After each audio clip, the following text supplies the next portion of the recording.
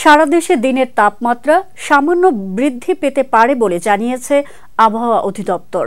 সেই সঙ্গে দেশের আবহাওয়া শুষ্ক থাকার সম্ভাবনার কথা উল্লেখ করা হয়েছে। বুধবার আবহাওয়াবিদ মোহাম্মদ তরিফুল নেওয়াজ কবির স্বাক্ষরিত ৩ দিনের পূর্বাভাসে এ তথ্য জানানো হয়। প্রতিবেদনে বলা হয়, উপমহাদেশীয় উচ্চ চাপ বলয়ের বর্ধিতাংশ পশ্চিমবঙ্গ ও তৎসংলগ্ন এলাকায় অবস্থান করছে। মৌসুমী লঘুচাপ দক্ষিণ বঙ্গোপসাগরে অবস্থান করছে এবং এর বর্ধিতাংশ উত্তর বঙ্গোপসাগর পর্যন্ত বিস্তৃত। বুধবার সারা দেশে আংশিক মেঘলা আকাশ সহ আবহাওয়া শুষ্ক থাকবে। শেষ রাত থেকে সকাল পর্যন্ত উত্তর পশ্চিমাঞ্চলে মাঝারি থেকে ঘন কুয়াশা পড়ার সম্ভাবনা রয়েছে।